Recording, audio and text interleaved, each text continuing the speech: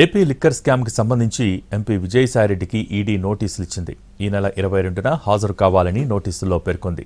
Liquor కుంభకోణంలో ఇప్పటికే విచారణ చేపట్టిన ఈడీ పెద్ద ఎత్తున హవాలా, మనీ లాండరింగ్ జరిగినట్టు చెబుతోంది.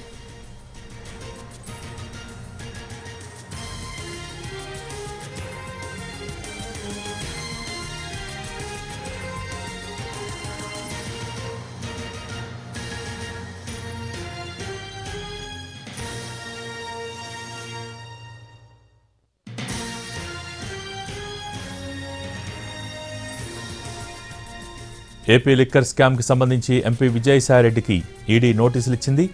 ఈ నెల 22న హాజరు కావాలని ఆ నోటీసుల్లో పేర్కొంది. లిక్కర్ కుంభకోణంలో ఇప్పటికే విచారణ చేపట్టిన ఈడీ పెద్ద ఎత్తున హవాలా, మనీ లాండరింగ్ జరిగినట్టు చెబుతోంది.